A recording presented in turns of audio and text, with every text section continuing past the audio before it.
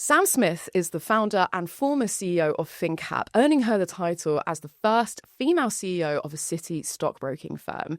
She is now the co-founder of SuperScalers and the author of #1 best-selling book, The Secret Sauce: How to SuperScale. Sam, welcome to Strategy and Tragedy. Very nice to be here. All right, so let's turn back the clocks of time. It's Wednesday, the 5th of December, 2018. Yeah. You are about to IPO finnCap on the London Stock Exchange. Take us there with you. Okay, so the morning I get up, I know what I'm wearing, pink. I wear a lot of pink, see today. Have my dress, get up.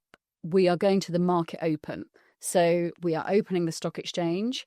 We walk in, we've done the deal, and we actually bought another company at the same time. So my team and all the new team are going to be there at this market open. So all I'm thinking that morning is, we've got to be there for 7:30. Market opens at 8. I've just got to be on my A game. I've got to give a speech. And it's got to be good, and it's got to galvanise these two teams, and it's a big moment. And that's all I'm really thinking about. It's like, get your game face on, let's go. So I get there, walk into the stock exchange, and something completely different happens, which is because your name is everywhere, your business is everywhere, you're waiting for your stock price to come up and see what happens to it. And it was very emotional. And if I take you back to our journey of IPO, you'll start to see why. So 5 months before, well, actually slightly more than that, probably a year before, we start thinking, okay, we're going to have to buy something. So for 20 years, we had only ever grown organically. So, we had very little money, £1 million we raised at the beginning, and we took that to grow it to 25 million revenue. So bootstrapped, everything was organic.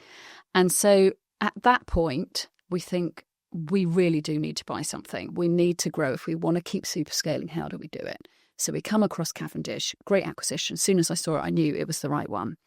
Very aligned culturally on, they service clients amazingly well. They're an M&A boutique and they sell businesses. So we know it's the right one. We work on it for about a year. It falls over a couple of times. We can't get the structure right. And in July, before the December, we sit down and agree, these are the terms. This is going to work and we are going to IPO. And thought, right, okay, we're going to do two things together. And by the way, I've advised many hundreds of clients. finnCap's advised many hundred clients on IPOs. We know how to do this. And we never, ever, ever have said, do an acquisition conditional on the IPO, because one or the other will go wrong and then it's all bad news. But we don't listen to our own advice because we want to do the deal. So we crack on and think we would know what we're doing. This will be fine. So the July, we say, right, we're going to push the button. We have to project manage massively. So I set the date of 5th of December. So it's set in July. Every bit of project work is, we're going to do the acquisition, we're going to do the IPO, but we are going on the 5th of December. Hell or high water, this is happening. And one of my skill sets from being probably corporate finance background is I can hit a deadline. It's like, I can do this. Just give me the date. Let's set the date. We'll run for that. So it was a pretty horrendous process, going through the acquisition, doing the due diligence, getting everyone on board. All the things that happen in acquisitions that you think it's going to fall over, it isn't. Then we have to raise the money. We go out to raise the money, and in the middle of raising the money during November, December, that's when Theresa May's cabinet basically started to split up, and she had her vote of no confidence. And in one actual investor meeting, 2 MPs resigned during my pitch. So it was horrendous, and we were sitting there with, we had to raise money, we had to IPO, we'd borne all these costs already, probably £1 million that we'd spent on this transaction. And we also IPO businesses for a living. Everyone was pulling their IPO. In the market, it was crashing. So we are sitting here with, we got to do this deal because we're acquiring this business. The only way we can acquire it is to IPO. I've got to raise £5 million. There's no way the square can be circled otherwise. So it was running around like a lunatic while everyone else was pulling their IPO going, I cannot fail. I just can't fail. And it felt like you're on your own at that point.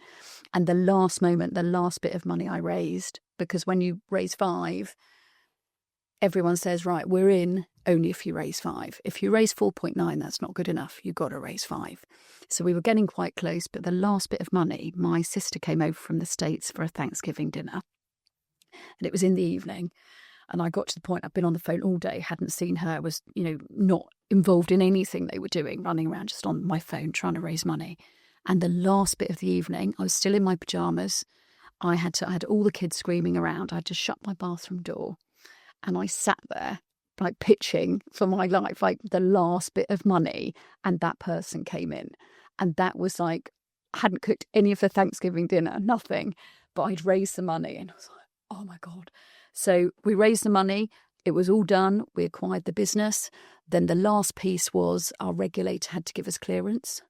We'd done everything else. The regulator hadn't given us clearance. We're like, we're going on the 5th of December, 3 days before. So they still hadn't given us clearance. My amazing compliance guy and I were like, keep calm, keep calm. It came through just in time. So that nearly mucked it up. So that was the last thing. And then we get to a couple of days before where I haven't told all of the team that I'm acquiring that we're buying them yet. So the senior team know, but not everyone. We're all prepared to get to know at the right time. I get a call at 10 p.m. from a journalist saying it's about to leak. I've heard about it. I'm going to leak it because I know you and like you. I'll give you a few hours grace. It's like, okay, give me 2 hours. So then I'm up drafting that. I'm really sorry about this. I want to tell you in person, but it's going to leak. This is what's happening. I'll come and see you first thing in the morning, present to you all. This is the first time I've met a lot of the team. So by the big day, you can imagine walking in, that all happened in 5 months. It's a very fast process and we were living on the edge throughout the whole thing. So you walk into the stock exchange, I'm just in execute mode. Yeah. I had been for 5 months, didn't think about any emotions. So I walk in knowing the new team and the old team, some of them I've only just met, are in this room. We're all going to celebrate. We're going to press the button together. It's going to be the start of finnCap.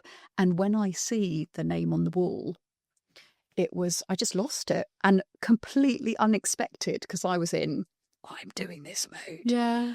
And the tears, which just, so it's such a proud day IPOing because it feels like the pinnacle of everything you built. We've been going for 20 years. And that was the bit I'd forgotten, like how amazing that feeling was and how proud all the team were of we've built something that is IPOing. I'm one of, probably only ever been 20 women in the UK that have IPO'd on the London stock market. We think there's probably only 50 globally. I mean, it's a tiny number. I'm like, we have got to the point of IPOing. So that day was probably one of the best days of my whole life. Wow, Sam, the culmination. I'm right there with you in the moment and I can completely empathise. Kudos to your fantastic storytelling skills there where you've taken me and the listeners along on this journey with you and we were all like, oh my goodness. During that time, I was going to ask you anyway, those 5 months between July, December, what was going through your mind, your body? Were you just in like pure execution mode? Just go, like eyes on the prize, or what else was happening to you in that whole build-up? So at the time, so in my personal life, actually, a few things had happened. So I just separated from my daughter's dad. She was 3.5. We split up. I'd moved out. So I had a new house, a daughter to sort of get used to the situation and make sure she's okay. And she was just starting school in the September. So my personal life was, in flux, should we say. When we found the deal in July, it was, I had to go away for a weekend and say, can I do this? Is it something that I can take on at the moment? Because I've got a lot going on. But like all entrepreneurs, when you know it's right, it's right. So I knew I was going to do the deal come hell or high water. But I had an amazing coach who had been brilliant for years. But at this particular point, she's like, right, wouldn't recommend you do this. But you're going to do it anyway, because that's, yes, of course I am. Why I even asked the question, I don't know. Yeah. But then she said, right, what are you going to do around how are you going to get through this? Because this is 5 months. You're buying something. You're IPOing 2 massive transactions. You've got to get your daughter sorted. You just moved into a new house and split up. This is all quite a lot going on. So all she said was get help, get support, look after yourself, focus on sleep, get good food. Get the fundamentals don't drink, right. Don't do anything that's going to destabilise you. And by this point in my journey, I've become quite good at this because I think, really entrepreneurship, particularly if you're scaling, is like an extreme sport. Yeah. And they would say, treat it like you're an athlete, that you're doing your race, you're in your moment, but then you need the downtime. And this was the same thing. I knew it was going to be 5 months of horrendous, just 24/7 on it, execute. You've got no time for anything going wrong. And you've got to project manage, because I've got this 5th of December date and it cannot move, and that's it. Yeah. So and that's all of that is about analogy. self-care. Yeah, exactly. I love that. And just a few things, so many different directions to take this. I want to try and control my thoughts here, but perfect analogy. Entrepreneurship and athleticism, they always get compared for obvious reasons. And just a shout out to Maya Raichura, another guest I had on the show, who was one of the first people that I heard talk about seasons, Right. and talk about, the anti-hustle culture, and how, to your point on training for this Olympic sport, there are moments when you are full speed, 5th gear, on the go, and there's other times that you just need to rest and recover. So I think part of that etched in stone 5th of December date also helped to really, I guess, set those boundaries as well for that time period, and just know this is when we're on. So rewinding a little bit, you mentioned one point in that story about preparing a Thanksgiving dinner, or like you hadn't had a chance. Well, not preparing Thanksgiving dinner. The fact that you mentioned that as part of the story obviously indicates how different things are for women in business. You mentioned you're in such a tiny minority of, say, 20 UK women who have even IPO'd. The linkage here is what then happened after you've, going back to that story, you're on the stock floor, or what's it even called? I don't even know. The London Stock Exchange. So you open main the market. floor. So you arrive at the big stock exchange building. There's a balcony and there's a button and there's all the screens around you, and you walk up the stairs and you open the market. You press the button. So dramatic. Yeah, it's all the stock prices go everywhere and all the colours go everywhere, and it's really exciting, and you start crying, and it's like, yes, we've just opened the market. That's it. So we're back here. You've felt this emotional reaction, very understandably, this whole culmination here at the London Stock Exchange. You've cried, linking this back to kind of women in business and our responsibilities. What happens next? Yes, so that's sort of the background. So in this process from July to December, 5th of December, as I've said, is the date. It cannot move. And the year before, a little bit of background, I struggled. Well, I couldn't make Aoife's nativity. She was Mary. She was very keen to be Mary. So luckily they had a dress rehearsal, which I pretended was the main thing. So I went to that, but I couldn't make the real thing. So I was under pressure this year to go to the nativity. She's like, you've got to come. And she'd just started school. So, and given I'm now single mum, it's like even more pressure. I need to be there. When I get the date, because schools don't give you dates very far in advance, the same date, her nativity, she's the sheep, so real starring part. She's a sheep in the nativity, and it's the 5th of December. You are joking. So I clearly cannot not go to my stock market open, where I'm introducing all my team to each other. And we bought this business. They need to meet people. It's a once in a lifetime moment. So we think, again, back to this coach. I know it's going to be hell. How am I going to do it? And the only way we could do it, and my amazing PA was like, right, so 7:30, we'll get there. We'll introduce everybody. You'll do the speech like 10 to 8. We'll go out, do the market open 8 o'clock. And then you will get on a motorbike, and you will drive as fast as you can to the school to arrive at the nativity. It was always going to be tight, but it was pretty hairy actually on the bike. I don't want to do it again, particularly with my dress. Oh, God.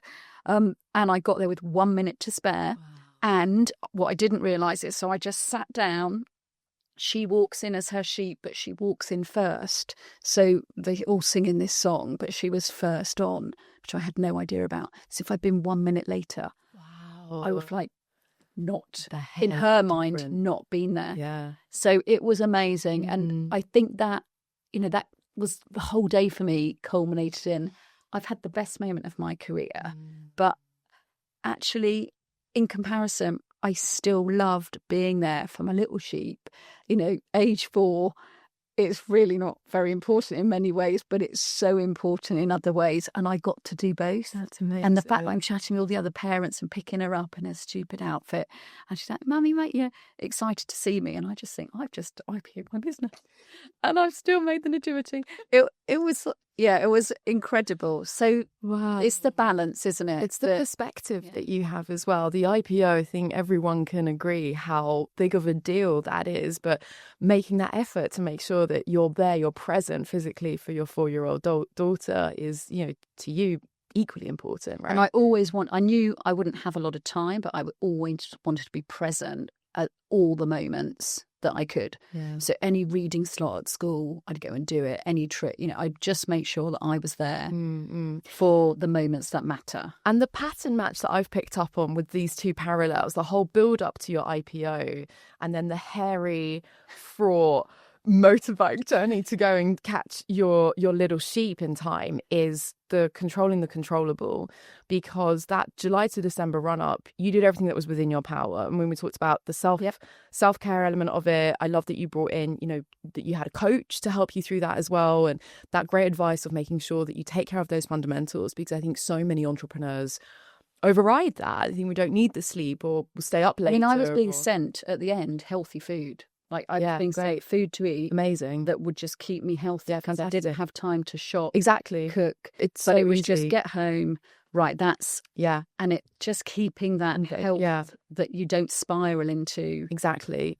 I'm going to have a glass of wine. I'm going to go to the pub because I'm really stressed, and then things spiral. Yeah, I mean, the traditional closing question of the show is one tragedy that's taught you an unforgettable lesson, and one of the most common answers to that question, after doing, let's say, about 60, 70 interviews now, is the self-care piece. And I've interviewed entrepreneurs who completely overlook that, where it's a lot easier said than done, right? When you are in the moment and you've got so much on the line. When it's gone wrong. I mean, I've had plenty of periods where I've had extreme burnout, including when I left finnCap, I was past extreme burnout. So it's not like I'm an expert and haven't had issues, but I think the sooner you can learn, the better. Yeah. I think it's also those choices that we make in the moment, and it's kind of what's easy now versus hard later. I mean, some of these stories, there was one guy made himself blind as a result of how badly things got with him. I mean, some extreme cases. But back to you, and the point here that I want to come back to is the controlling the controllable. So self-care, as much as it's hard in the moment, you can get healthy food delivered to you, to your point. You can make sure that you get to sleep and all the rest of it. But in the IPO build-up, you mentioned one thing that was out of your control was what was going on with the political turmoil. You made it with a minute to spare to your daughter's nativity play, but something could have happened in the traffic along the way there, right? So how do you reconcile that? Because like both of these instances, again, IPO and nativity, the parallel I'm drawing here is that they seem so close to the bone. I know, it's a little bit of how I live my life. It's a little bit close to the bone all the time. Yeah. How much of that is luck, is preparation, I think it's very much preparation. I mean, there's always going to be a bit of luck in it, or a bit of bad luck that stops you doing it. But I think preparation, not just with yourself, can you mentally get there and last a distance, but can you prepare in advance what's going to happen? I don't have much blocks of time in between anything. So I have to really prepare. So I always do my work, which I'm always thinking about things. So, things can go wrong. So that could have been an accident and I don't get there. And, I would have been desperately upset. But all I can do is plan for it to work. And most of the time it does. Sometimes it doesn't. But on that day, the gods were with me. Yeah, amazing. What an incredible day in your whole journey. All right, so let's dive into SuperScaling. I want to hear more about what you're working on at the moment with SuperScales. But the linkage that I want to kind of connect to is you took finnCap from £1 million turnover per year to £1 million a week. So what were some of the growth levers in that? You mentioned growing organically, but let's kind of link the finnCap to what you're doing now with that whole kind of growth thing. Yep. So I think the biggest growth lever is the mindset. So for me, it's putting yourself in the position to constantly think you've got to grow. And that was one thing that was brilliant about the IPO, that we were 25 million turnover. Some of the team were getting, could we really stay like this? It'd be quite nice. It could be a lifestyle business. Actually, the IPO made us grow. It's like there is no option. And I love that about it, that there is no option for growth. So I think keeping yourself in that mindset of wherever you're going, you are just constantly growing and thinking big enough. So that's hugely important.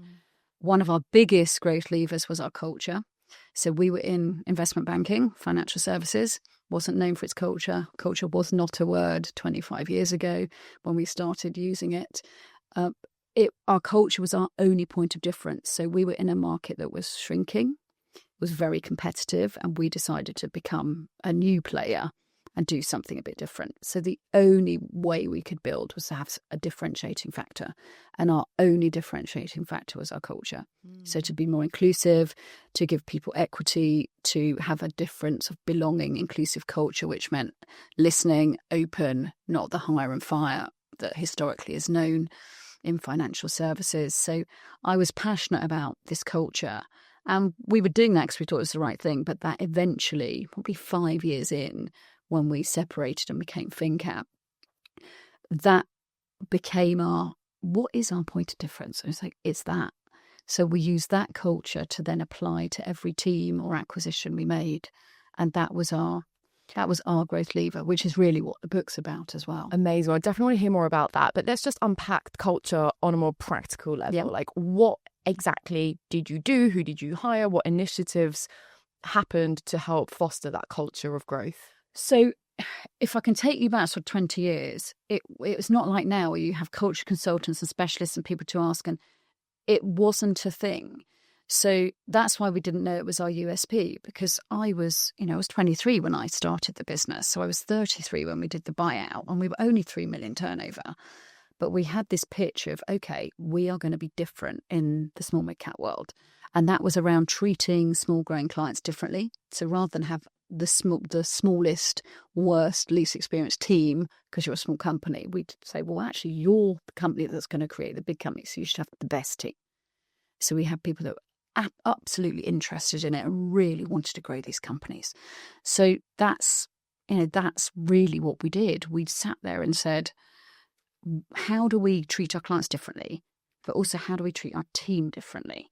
And it was our team that started to, building culture in ways that weren't written down. So it first started when I met all the CEOs in my industry who guys, and the biggest thing I learned from them was how I didn't want to do it. Yeah. But hang on a sec, you fire the bottom 10% of what you don't care about people, and so you're going to take all the equity and give them nothing, and which was, by the way, still normal in some businesses now. But then that was just normal. And people would look at me and say, why are you wanting to look after your team? Like, why are you wanting to look after the most juniors? They're just sort of dispensable. So it was just using my beliefs about what's right. So I learned from what not to do. I learned what motivated people. I got really into not just reading business books, but reading psychology books. So I got very into, and I'm still so passionate about what makes people tick and just looking at what works. And we just created this amazing culture that looked after people. So we made things up as we went along. It's basically the answer. I think all entrepreneurs will relate to. Don't worry about that. I'm just wondering, what did that do to your reputation as a female CEO? Quick one. This is Future Steph coming to you from beyond. If you're enjoying this episode, then you can probably guess what I want you to do. Please do me one tiny favor that costs you nothing and takes a second of your time. Hit that subscribe button. It really helps to support this show, and I'm really grateful for you listening. Let's get back into it. I'm just wondering, what did that do to your reputation as a female CEO? Now, I really do not want to highlight, spotlight, and belabor the gender piece, because I think that it's reductionist. I want to move past it. For me as well with this show, I don't want it to become a gendered thing, but just by virtue of having a female host, suddenly the pendulum sort of swings in that direction. But we cannot ignore the fact that you are in such a tiny minority. We haven't even brought, race, ability, all these other aspects into the conversation. So purely between genders. At this point, what you're describing with building a culture, fostering this growth mindset to help the business grow, you're pre-IPO and you're these milestones that give you the validation in the market. Like, now you're accomplished. Now you've got all this to kind of point back to. But back then, in such a heavily male-dominated space, how did this focus of being so nice and lovely and soft and caring about people and giving them equity and not hiring and firing, What did that do to your standing at that point in time? God, what a question. I don't know, if I'm honest. I think for a long time people thought, what's she doing? Including probably some of my own team. And why are you spending money on that? Why are you bothered about that? It's all about making the money, just focus on making the money. And that happened all the way through. But I think I've always been someone who I just believe what I believe, and I fight for what I believe is right. And there is, I struggle with confidence, but I don't struggle at all with sticking up for what I think is right. I never have. And so I just carry on anyway. So it wasn't really something that bothered me. I can see how many other women would have got disheartened because everyone tells you you're wrong. But then I liken it to every other entrepreneur. Everyone tells you if you're doing something new that you're wrong. Yeah. So you just have to believe in here that it's right. And as long as you've got followers and you've got a team that believe it, if I didn't have anyone in the business who believed it would be different. But we created our own team, our own tribe of people that understood what we were doing, and then they'd hire people who believed that that was the right way to treat people. So we became disruptors of our industry without necessarily knowing it. But it comes at a price, because when I left, I said I'd basically been in warrior mode, I call it, for 24 years, which is banging the drum every minute of every day to anyone that starts questioning you why this is important, why I believe it's right. So you just have to be really true to your own belief. I would say, though, back to I didn't have any issue with being a female in my space. In fact, it was an advantage because I was the only one, and I treated it like that. I know many others wouldn't have found it like that, but I did. What I did find difficult is the fact that I went to a state school.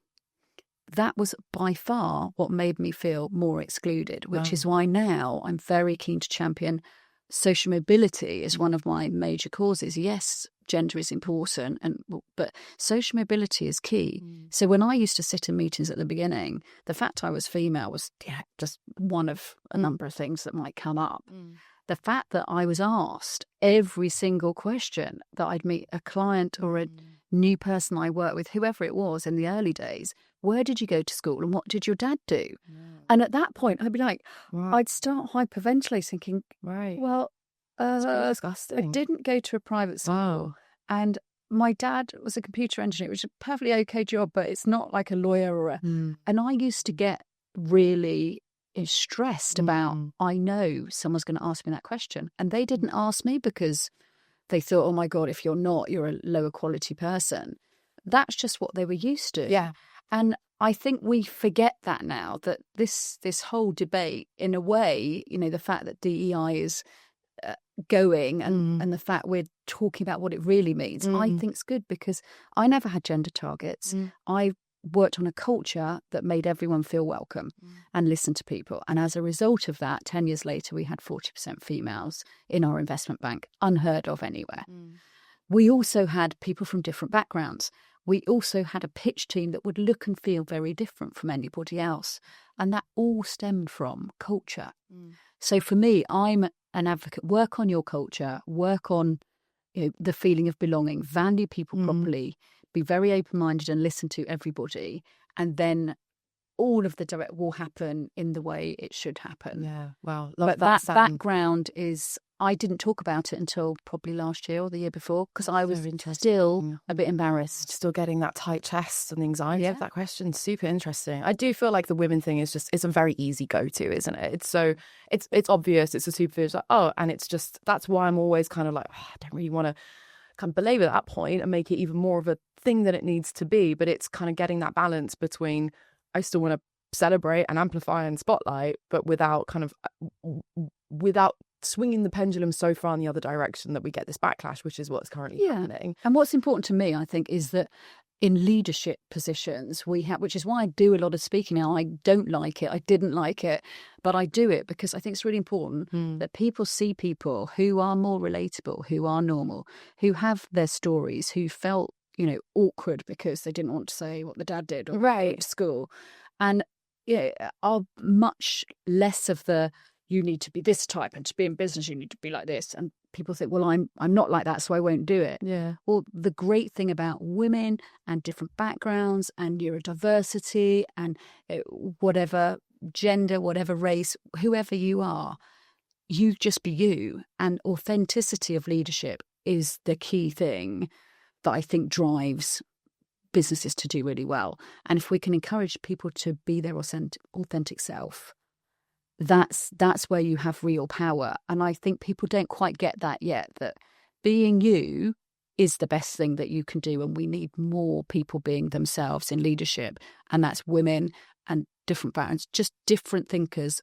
And the whole, at the top, if we all look a bit different and have different ideas, that would be a great place to be, in my mind. That's where representation still absolutely matters, doesn't it? What also comes to mind just before we move on, because I am keen to hear more about SuperScalers and a little bit of the secret sauce on superscaling, but just sticking with this for a second, what you've also made me think is, if you can't get the power, then take it. And I wonder whether entrepreneurship is a way to simply go and grab it and go out there and go and take it for yourself. That's always been my belief. So Right. I know we say I call myself champion of entrepreneurship. Yeah. And when I left, I was thinking about, what do I really want to do? And it drove the decisions I made and what businesses I'd work with.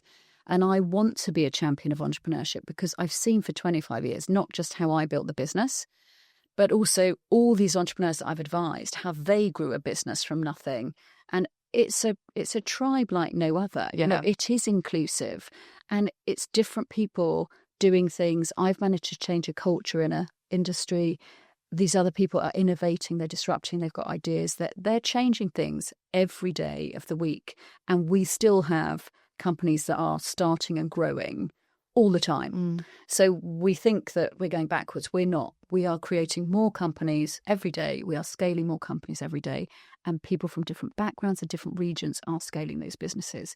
So for me, that entrepreneurship piece is, this is the lever. If we want a blooming growth lever, and we want a productivity lever, and we want a fairness lever, and we want to wealth create and create that, the wealth divide shrinking, entrepreneurship is like the most amazing way. Well, Sam, you're preaching to the choir here. I completely agree. And obviously the whole philosophy of the show, I completely agree, right? And it's grabbing that lever. I love how you describe it as the growth lever, the fairness lever, the wealth creation lever, grabbing it with both hands, because you can. And it's, one of the things I got very passionate about was at school. So at finnCap, one of our projects for a long time was putting entrepreneurship into school. Nice. And it was started in secondary school. And when I had Aoife, when I started to try and explain what my job was, I was like, how am I going to explain this to like a 3-year-old?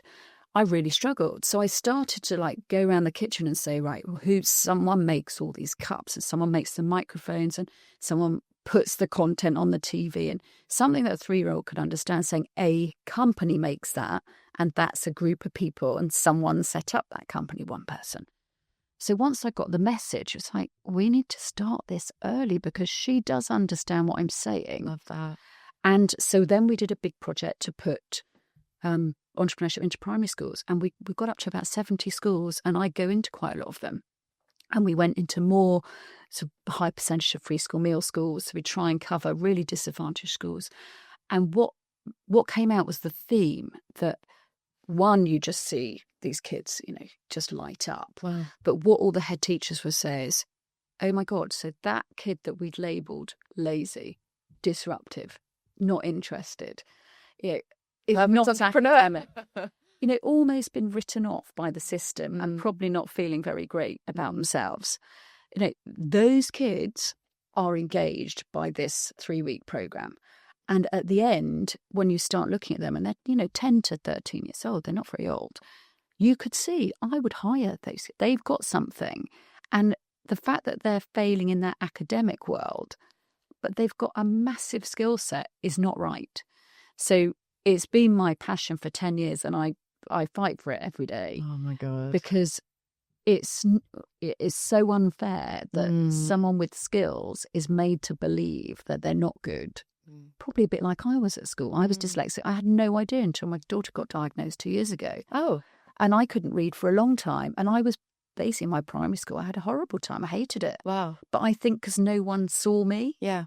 Yet now I've built a business and, I'm doing good things, and there's no way anyone spotted me at a young age. And I think that's why I empathise with a lot of kids. So that entrepreneurship lever, if we could just get that into schools and get those kids that don't believe in themselves to believe, one, we might create a lot more entrepreneurs, but more importantly, you can give them a skill set and a belief that they are good at something just because they're not good at exams. I am totally right there with you on the same mission. I think it is such an injustice. And it's not lost on me the psychological damage that it does when you are so young as well, and you're developing, and can be a very fragile time as you're growing up and maybe going through puberty around that age and everything as well. And if you are written off by the system, that's an identity that's, almost given to you by people who are there to teach you how to memorize for an exam, and it doesn't set you up for success in the real world. And it's getting worse because the skills we need in the world are not the skills we're teaching right now. Yeah. So the problem is getting worse. Yeah, love that. Okay, amazing. I love that mission.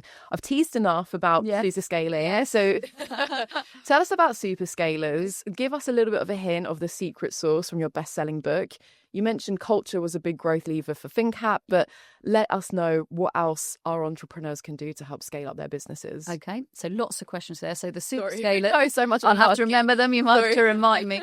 So the SuperScalers is something I set up in September with my business partner, Rosaline Blair, who is also really recent. And probably, we're all both very passionate about social mobility, fairness and entrepreneurship, and really building big businesses. So we wanted to champion that. And I think the reason for doing it was we saw these underrepresented founders. We are underrepresented founders ourselves, both state school educated, both female. And we don't see many underrepresented founders go on to grow big businesses. There just aren't many. Firstly, it took us a year to find out the information. There are about 80 women who build a business over 50 million in the UK at the moment. Wow. So really small number. In terms of, just the 50 million turnover. 50, how many of them in the whole country? 80. 80. Wow. So very small number, but at least we know who they are now. So when we got the number, and we probably thought it was only going to be 50. So we were going to call it 50 over 50, but then it was 80. Yeah. But, these 80 women who've done it, I think that's great, but they've probably all been trailblazing, no network, doing their own thing. Amazing. But how do we showcase them? And so the mission of the SuperScalers became, we want more underrepresented founders to SuperScale. SuperScale is getting to 50 million revenue. So you have a startup, a scale-up, you have a unicorn, £1 billion company, but you've got this 50 million, which is really important in terms of influence. So for me and many other women, when you've got to 50 million, and for me personally, you can IPO, you get private equity backing, you can go global. You're a market leader. You are really important in your sector. You're relevant. You start to have a significant voice. And for me, when we talked about my journey, everyone's saying, oh, it's rubbish what you're doing. You're doing this, you're doing it all wrong. It was only when we became the market leader, number one in our space, advising the most companies, that everyone else turned around to me and went, oh, well, what have you done? Obviously something is working. Maybe this culture thing is a thing. And it was that made us think, if we want more underrepresented founders in the room when decisions are being made, if we want to change the face of power and influence, we want a fairer society, our bit of input can be, how do we help them grow really big? So that's where it came from. That was the mission. One of our goals is to double that 80 over the next 6 years by 2030. Nice. It was 24 we launched, so now 5 years to go. Wow. So that's a very specific goal we've got. So we launched the business to say, look, we'll build a community. We want it to be a global community. We're in cohorts, so you have to be $1 million revenue to be in it, because that's, startup. We're not in startup land. Once you've got to the hard yards of building £1 million revenue business, we think you can scale at that point. So we're in cohorts of different revenue bands, 1 to 10, 10 to 20, 20 to 30, and then our 50 plus who've been there, done it. And the idea is you learn the lessons from those who have done it, build the community, build a network, get to ask all the questions that we never got to ask and made it up as we went along. And hopefully by doing that, we can encourage this sort of bigger, ambitious mindset, provide the role models and make it easier for them, and connect founders that really, where the system doesn't work for them, to a system that doesn't work for them. So we're sort of the middle link between, we'll be the human relatable face, we'll have a great trusted community and a great global platform, and we will connect them to a system that hopefully starts to change. I love But I'm assuming that it won't change. I'm just a great believer. We've just got to create an answer. So that's my SuperScalers. Love it. The book is all about, well, it's called The Secret Sauce, How to SuperScale by Empowering Your Talent. So it's really about empathetic leadership, what I believe is important about culture and how you can just use culture as a growth lever on its own with nothing else. So, we had a very competitive business. You'd never go into it out of choice, but we still made a market leader from doing something different around culture. So we talk about in it, being your growth champion, why talking to your team matters so much, why internal comms is so important. We then talk about 6 E's, which is around the E of excite, so creating great vision, enroll, getting a real financial and emotional connection to your business, which is very important, engage, which is all about the belonging inclusion, elevate, which is all about how do you find your next talent, how do you find the people that are really going to excel and elevate them as fast as you possibly can.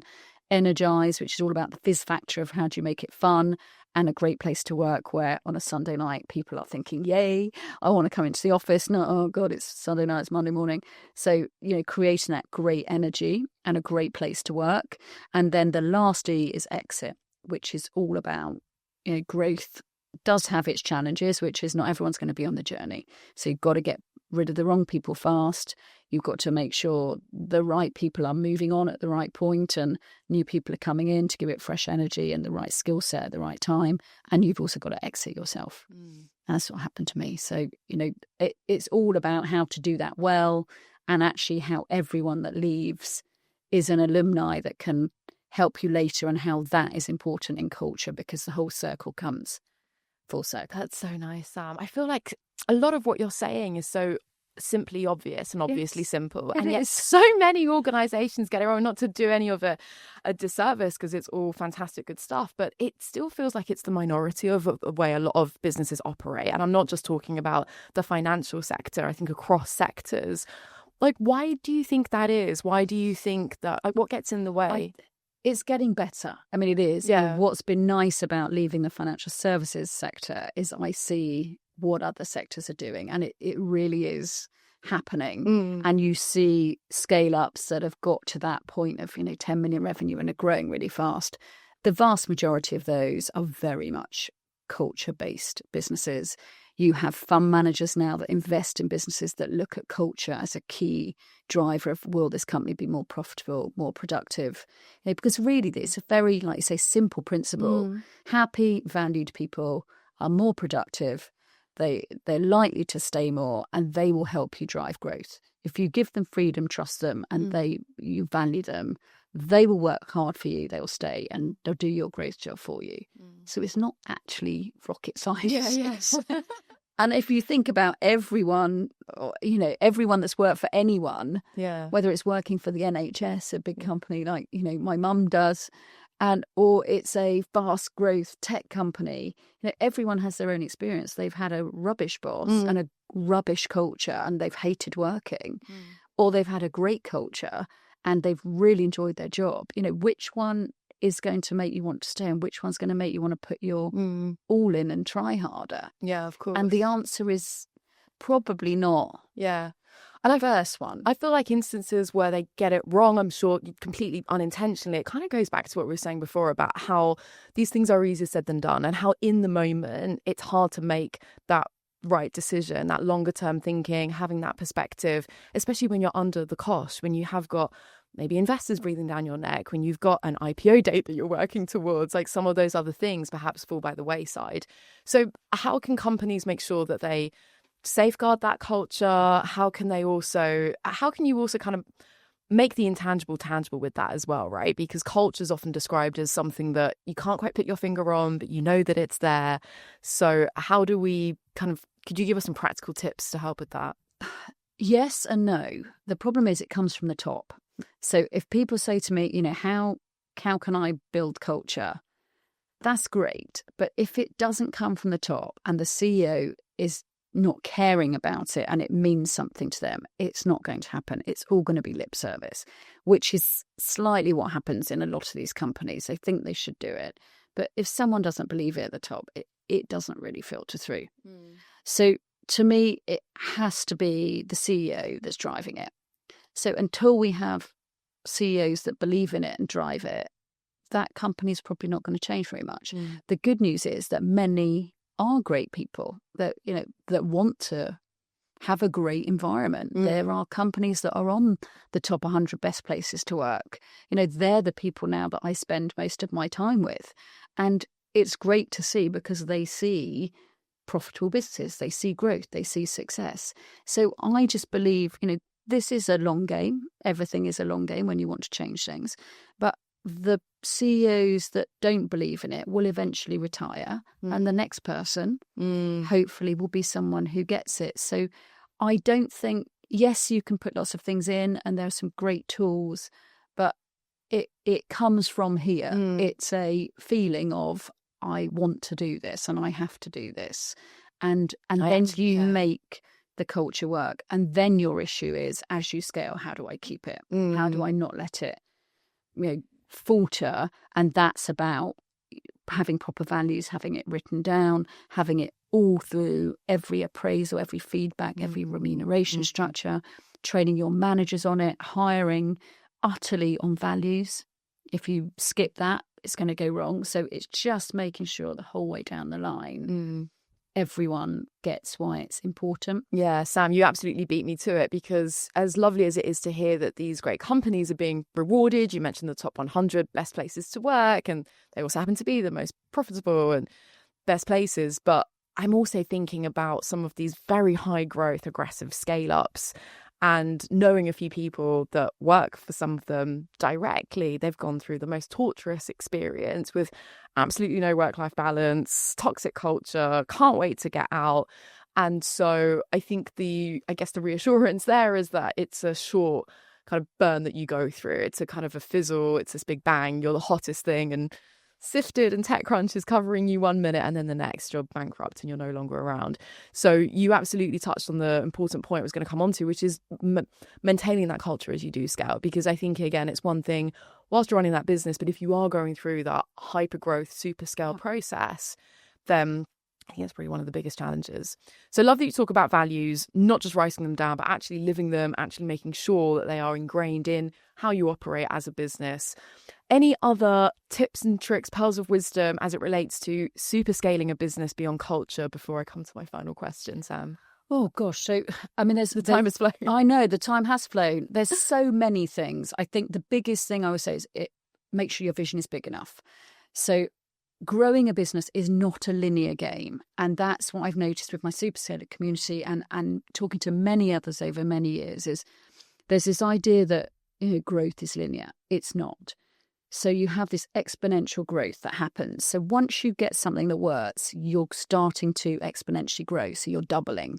If you can double a business from 1 million revenue to 2 million revenue, something's working. So you can carry on doubling that from 2 to 4, 4 to 8, 8 to 16. Suddenly you're a £32 million revenue business, and then you can go somewhere at that point. So it's this doubling concept of keeping in your mind, let's think about the next couple of doubling journeys and plan for that. If you're planning to grow 10% a year from £1 million turnover, you're not going to SuperScale. If you realise that companies double, you put your processes and your plans in place and you hire the team and you look at opportunities that are going to get you to that doubling space. And I sit as a judge of Entrepreneur of the Year. I've sat as a judge for Every Woman. I've acted for many different entrepreneurs, and every time I see a business plan, I wish I'd done some research and probably written this down. But companies just double. They go from 50 to 100 million. They go from 100 to 200 million. They don't go from 100 million to 105 million.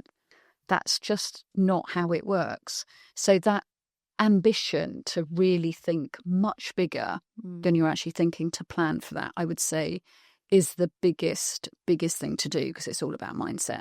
And then it's about team. It's about hiring the right people. It's about cutting people fast. It's about making good decisions, not pontificating. utterly relentless focus on your client. Good founders listen, getting as much advice as you can and talking to businesses at the next stage to keep yourself aware, being able to pivot. I pivoted so many times. It's unbelievable. I mean, I think like we describe entrepreneurship as an extreme sport, we also say it's like sailing, that you've got your destination, you put your pin in the map, but you don't know where you're going because there's many things that could happen to get you there, but you're going to get there. Right. It's a bit the same. If you've got your big ambition that's, maybe 5 times where you currently are, you don't know what is going to happen. That you've got to expect some difficulties. But the ability to pivot, to move, to listen, to adapt is what entrepreneurship is about, and no one knows what they're doing. Love that, Sam. Really don't. Spot on the money. You make it up as you go along, but you just solve the problem as and when. Yeah. And I do just want to connect having the big vision because it's so exciting. And I think if there is a big enough ambition there, that also helps to energize and pull people along and see what's possible. And I think once you do get that sense of achievement, I think that also fosters the upward cycle. You can do this. It's validating. You keep going. You want more. It becomes addictive. I just want to connect that to your mission of underrepresented founders, whatever that looks like. Like what also gets in the way with that? Like, what can help underrepresented founders to think bigger and be more ambitious? So a big problem that I found, which was my general hypothesis before we started this, but is turning into more proof points now, is that underrepresented founders, for whatever reason, build businesses differently. They iterate, they take lower risks, they take more time to scale, they bootstrap generally, not just because they can't get access to money. That's just, it's the way they build. And that's how I built my business, very slowly until it got to the point I thought, right, we now acquire. It took me 20 years to make my first acquisition. Slow growth, but really consistent growth, really sustainable businesses as a result. What was the catalyst for you, Sarah, just to jump in there? So our catalyst was we were at 25 million. So we were very slow growth, organic growth up to then, raised hardly any money. At that point, we said, right, we're 5% market share. We want to get to 10.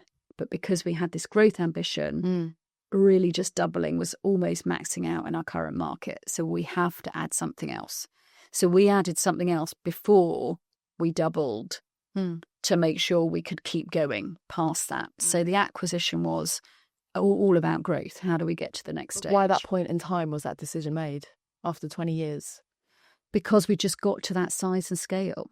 So before that, if we got to that size and scale before and we got market share, it wasn't particularly about the years. It was about the point in time we got to 5% market share. Achieving that milestone. If we could have got to 20% market share, we would have probably carried on and not acquired. But we just needed to take risk at that point. And we felt ready to take risk. Yeah. So underrepresented founders quite often build slower.